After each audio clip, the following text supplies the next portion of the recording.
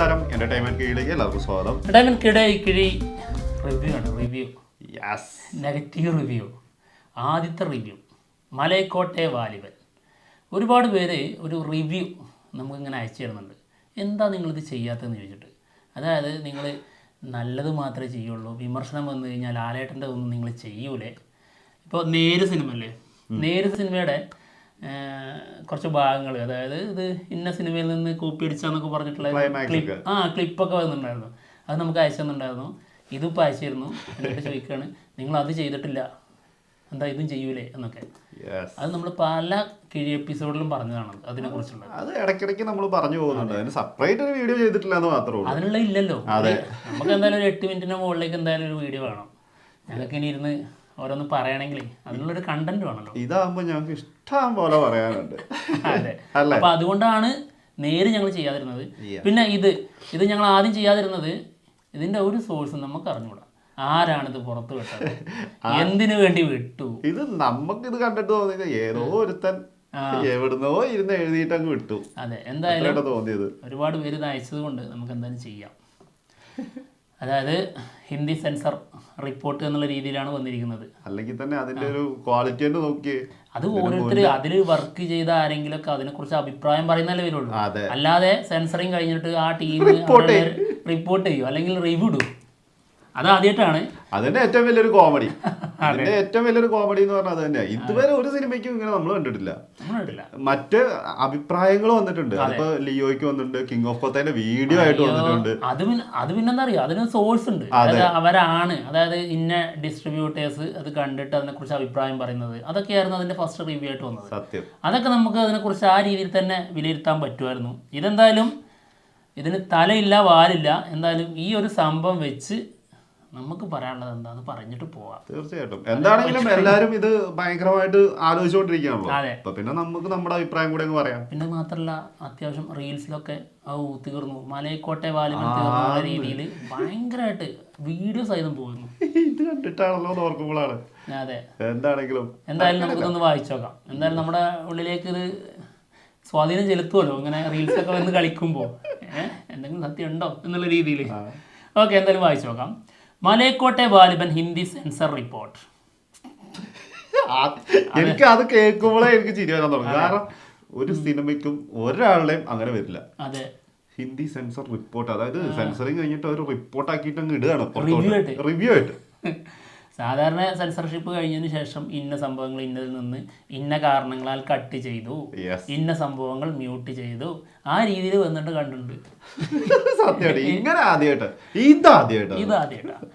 എന്തായാലും നമുക്ക് അറിഞ്ഞൂട്ടോ ഇനി ഇതിന് വല്ല സത്യം ഉണ്ടെന്ന്. അതായത് ഇത് ഏതെങ്കിലും ഒരാൾ, അതിൽ നിന്നുള്ള ഏതെങ്കിലും ഒരു ആള് കണ്ടതിന് ശേഷമുള്ള റിവ്യൂ ആണോ എന്നുള്ളത് അറിഞ്ഞൂടാ. അതായത് ഇതിന് വാലും തലയും ഇല്ലാത്തതുകൊണ്ടാണ് നമുക്ക് അതിനെക്കുറിച്ച് അറിയാത്തത്. ഞങ്ങൾക്ക് കിട്ടിയിരിക്കുന്നത് ഇങ്ങനെയാണ്. അല്ലെങ്കിൽ ആരെങ്കിലും കണ്ടത് മറ്റൊരാളോട് പറഞ്ഞു, അയാള് ഈ രീതിയിൽ എഴുതി പുറത്തു വിടുന്നു, അങ്ങനെയൊക്കെ ആവാൻ ചിലപ്പോൾ ചാൻസ് ഉണ്ടാവുമായിരിക്കും കേട്ടോ. എന്തായാലും മൂവി റൺ ടൈം 2 മണിക്കൂറും 7 മിനിറ്റും വിശ്വസിച്ചു. അത് കറക്റ്റ് ആയിട്ട് അറിയുന്ന ആളാട്ടോ. 2 മണിക്കൂറും 7 മിനിറ്റും ആണ് ഹിന്ദിയിലുള്ളത്. നമ്മുടെ ഉള്ളിൽ ഇത് ഫേക്ക് ആണെന്നുള്ളതാണ്. അതുകൊണ്ടാണ് ഈ ഒരു രീതിയിലുള്ള reaction. Okay, period fantasy drama. അത് നമ്മൾക്ക് പറഞ്ഞിട്ടുണ്ടായിരുന്നു. അപ്പൊ അത് തെറ്റിയിട്ടില്ല. പീരിയോഡ് ഫാന്റസി ഡ്രാമ തന്നെയാണ്. അത് കലകി. ഓക്കെ, ഇത് സത്യമാണെങ്കിൽ കേട്ടോ. More studded on spirituality. Spirituality ഉണ്ടെന്നുള്ളത് ലാലേട്ടൻ തന്നെ പറഞ്ഞിട്ടുണ്ടായിരുന്നല്ലോ. അത് ഓൾറെഡി അത് ഓരോരുത്തർ കാണുന്ന രീതിയിൽ അവർക്ക് അനുസരിച്ചുണ്ടെന്ന് പറഞ്ഞത്. അതെ, അത് ഓരോരുത്തർക്കും, ചിലർക്ക് അത് ഉണ്ടാവില്ല, ചിലർക്ക് അത് ഉണ്ടാവും. അപ്പോൾ അതിൻ്റെ ലേയേഴ്സ് ആ രീതിയിൽ ഉണ്ടാവാം. പിന്നെ പ്രത്യക്ഷത്തിൽ, അതായത് വലിയ രീതിയിൽ തന്നെ സ്പിരിച്വാലിറ്റി പറഞ്ഞിട്ടുണ്ടാവാം. ഓക്കെ, പിന്നെ അത് മാത്രമല്ല, പുറത്ത് വന്ന വീഡിയോയും, അതായത് സോങ് കണ്ടാൽ നമുക്ക് ഏതാണ്ട് അറിയാം. അതിൽ പക്ഷേ നല്ല കട്ടച്ചാരായത്തിന്റെ റാക്ക് സോങ് ഒക്കെ വന്നോണ്ടിരുന്നത്. അതേത് രീതിയിലാണെന്നുള്ള അറിഞ്ഞൂടാ. അതെ, അതായത് നമ്മൾക്ക് കേട്ടൊരു ഇത് വെച്ചിട്ട് ഇപ്പം എന്താ പറയാ, ഒരു ബുദ്ധ സന്യാസി അങ്ങനത്തെ ഒരു സംഭവത്തെ കുറിച്ചൊക്കെ നമ്മൾ കേട്ടിട്ടുണ്ടായിരുന്നല്ലോ. അങ്ങനെയുള്ള സന്യാസിമാരൊക്കെ ശരിക്കും പണ്ട് സാധനമൊക്കെ കഴിക്കുമായിരുന്നു. അപ്പൊ അതിന്റെ ബേസിലായിരിക്കാം അത് പോയിട്ടുള്ളത്. അതെ, അത് 2 രീതിയിലുള്ളവരുണ്ട്. അത് യൂസ് ചെയ്യുന്നവരും അല്ലാത്തവരും ഉണ്ടായിരുന്നു. ഇപ്പോ എന്താ പറയാ, ഈ ഹിമാലയത്തിലൊക്കെ ഉള്ള സന്യാസിമാര് അവര് മറ്റേ കഞ്ചാവ് വലിച്ചിട്ടിരിക്കുന്ന സന്യസിക്കാതിരിക്കുന്ന ആൾക്കാർ അങ്ങനെ പറയുന്ന അതേപോലെ തന്നെ പണ്ടുള്ള ആൾക്കാരൊക്കെ ഈ ഒരു ബേസിൽ പോണതായിരുന്നു. Okay okay okay. And very less on mass moments. അതെന്ത് വർത്താനാണ്? Mass moments കുറവാണെന്നല്ലേ? അത് മാസ് പലർക്കും പല രീതിയിലായിരിക്കും കേട്ടോ. അത് വേറൊരു കാര്യം കൂടെ ഉണ്ട്. നമുക്കറിയാം ഇപ്പം അനിമൽ സിനിമ, അതിലെ മാസം എന്ന് പറഞ്ഞാൽ 25 മിനിറ്റ് ആയിരുന്നു മാസ്. ഹിന്ദിക്കാരുടെ മാസം എന്ന് പറഞ്ഞാൽ നമുക്ക് ഏകദേശം ഒരു ധാരണയുണ്ടല്ലോ എന്തായിരിക്കും അവര് മാസം എന്ന് ഉദ്ദേശിക്കുന്നത്. നമുക്കൊരു ഒരു ഒറ്റ നോട്ടത്തിൽ പോലും മാസം കിട്ടിയാൽ മതി. എനിക്ക് എങ്ങനെയാണെന്നറിയോ, എൻ്റെ മനസ്സിലുള്ള മാസം എന്ന് പറഞ്ഞു കഴിഞ്ഞാൽ ഈ ലൂസിഫർ, പിന്നെ സ്ഫടികം, പിന്നെ ധ്രുവം. ഇതിനകത്ത് ഞാൻ വേറെ കാര്യം പറയാം. ഈ ലൂസിഫറിലാണെങ്കിൽ പോലും ഡയലോഗുകൾക്ക് ശേഷം ഒരു നോട്ടം കൊണ്ട് പോലും മാസ് ഉണ്ട്. അതെ, അതാണ് മാസ്. എനിക്കുള്ള മാസ് അതാ.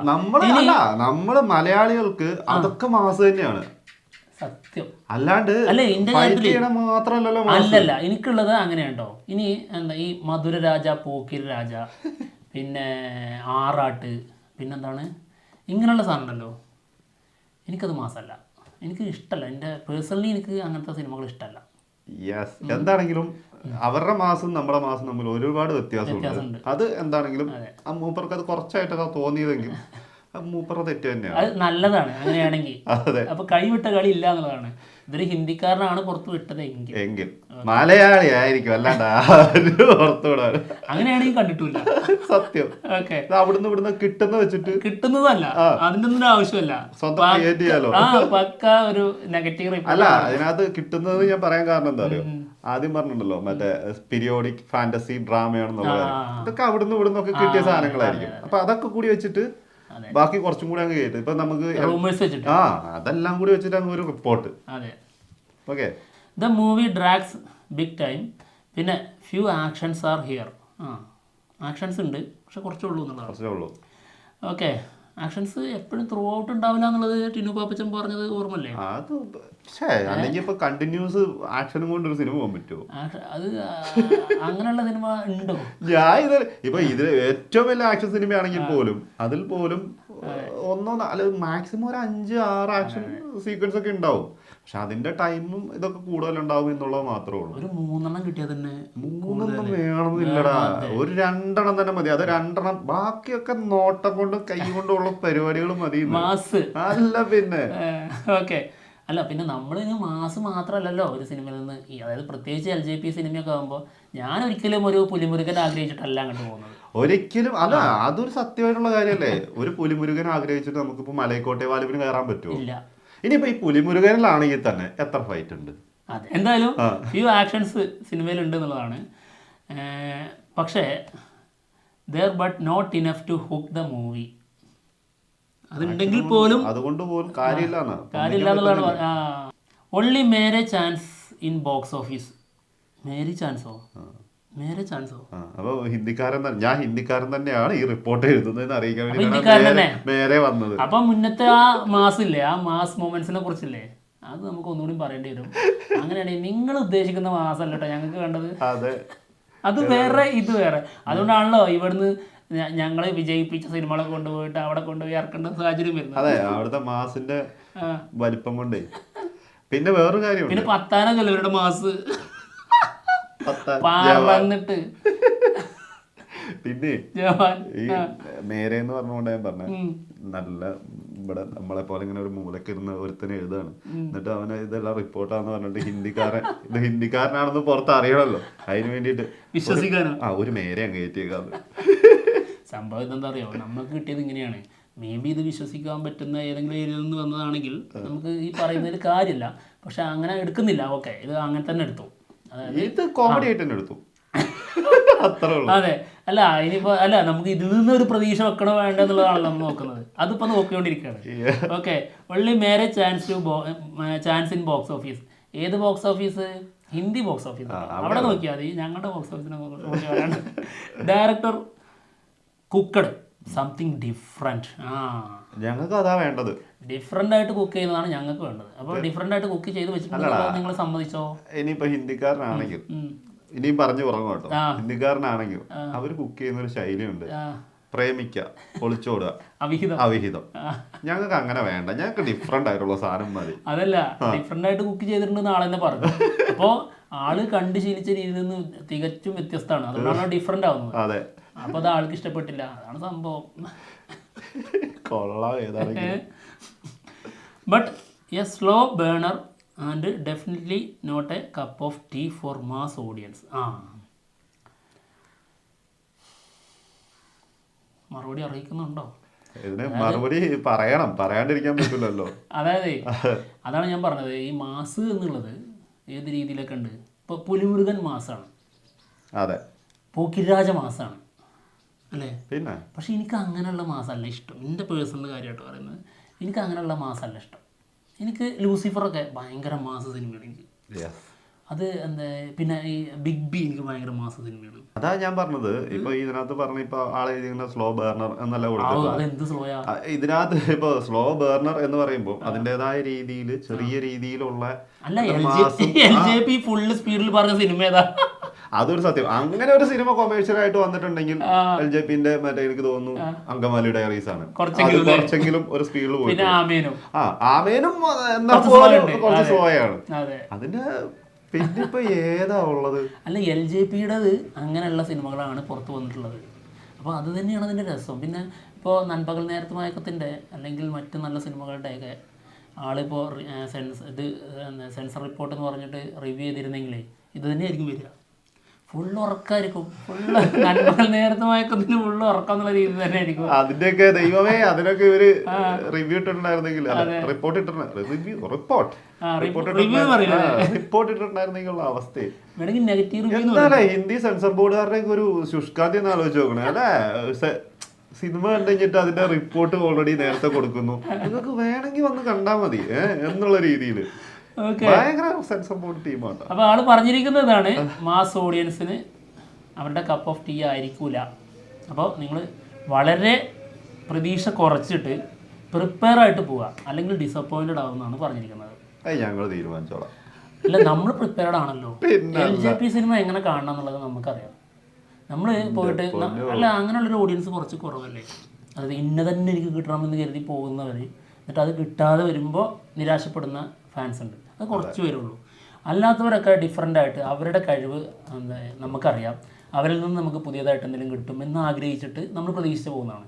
ആ പ്രതീക്ഷ ഒട്ടും കുറക്കേണ്ട കാര്യമില്ല മലയക്കോട്ടെ വാലിബന്റെ കാര്യത്തിൽ. LJPന്റെ കാര്യത്തിൽ ഒട്ടും. അതെ, അത് തന്നെ നമുക്ക് പറയാനുള്ള ഇത്ര തന്നെ ഉള്ളൂ. പ്രതീക്ഷകളോടെ കൂടെ തന്നെ നമ്മൾ പോവും. ഈ ഒരു രീതിയിലുള്ള പ്രതീക്ഷ വെക്കരുത്. എങ്ങനെ ഔട്ട് ആൻഡ് ഔട്ട് മാസ്, അതായത് മസാല മാസ് പടം ഉണ്ടല്ലോ, ഇത് ഒരു എന്താ സ്ഥിരം ടെംപ്ലേറ്റിൽ വരുന്ന ഒരു ഐറ്റം, അത് പ്രതീക്ഷിക്കരുത്. അത് സത്യം തന്നെയാണ്. പക്ഷെ പ്രതീക്ഷിക്കണം എങ്ങനെ, LJPയുടെ ബ്രില്യൻസ് ഒക്കെ ഉൾപ്പെട്ട് ഒരു ഡിഫറെൻ്റ് ആയിട്ടുള്ള ഒരു മൂവി നമുക്ക് പ്രതീക്ഷിക്കാം. LJP തന്നെ പറഞ്ഞൊരു സംഭവമുണ്ട്, ഞാൻ അവിടുത്തെ അല്ലെങ്കിൽ അഭിനയിച്ചേക്കുന്ന സ്റ്റാർഡം നോക്കിയിട്ടല്ല സിനിമ ചെയ്തിരിക്കുന്നത്. ഞാൻ ചെയ്തിരിക്കുന്നത് അയാൾ നടൻ, അതിന് മാക്സിമം ഉപയോഗിക്കുക എന്നുള്ള രീതിയിലാണ് മലയക്കോട്ടെ വാലിബൻ ചെയ്തിട്ടുള്ളതെന്ന് ആള് തന്നെ ഒരു ഇന്റർവ്യൂ പറഞ്ഞതാണ്. അപ്പൊ എന്താണെങ്കിലും നമ്മൾ ലാലേട്ടൻ എന്ന് പറയുന്ന ഒരു സ്റ്റാറിനെ കാണാൻ വേണ്ടിയിട്ട് സിനിമയിൽ കാണാൻ പോവേ വേണ്ട. തീർച്ചയായും LJP എങ്ങനെ ലാലേട്ടനെ ഒരുക്കിയിരിക്കുന്നു എന്നത് രണ്ടാമത്തെ കാര്യം. ഇതാണ് മെയിൻ. അല്ലാണ്ട് നമ്മൾ ഒരിക്കലും ഇതൊരു മാസ് മസാല സിനിമ എന്നുള്ള രീതിയിൽ നമ്മൾ ഇത് കാണാനേ പോണില്ല. അങ്ങനെ പോയി കഴിഞ്ഞാൽ നിരാശപ്പെടുന്നേ ഉള്ളൂ. അതിപ്പോ ഈ റിപ്പോർട്ടിന്റെ ആവശ്യമില്ല, ഈ സിനിമ കണ്ടിട്ട് പറയേണ്ട കാര്യമൊന്നുമില്ല, ഞങ്ങൾക്കൊക്കെ ഓൾറെഡി എല്ലാവർക്കും അറിയാവുന്ന കാര്യം. വെറുതെ ചിരിച്ചിട്ട് ഇത് വായിച്ചപ്പോൾ മുതൽ തുടങ്ങിയ ചിരിയാണ്, അത് വേറൊരു സത്യം. ഇത് പിന്നെ നമ്മളിത് റിയാക്ഷൻ കൂടി ചെയ്യുമ്പോ ഓട്ടോമാറ്റിക്കലായിട്ട് വന്നോളും ശരി. സൗണ്ട് പോയിട്ട് എന്തായാലും ഞങ്ങൾ പോവാണ്. വേറെ വിശേഷങ്ങളായിട്ട് ഉടനെ തന്നെ വരാം. ബൈ.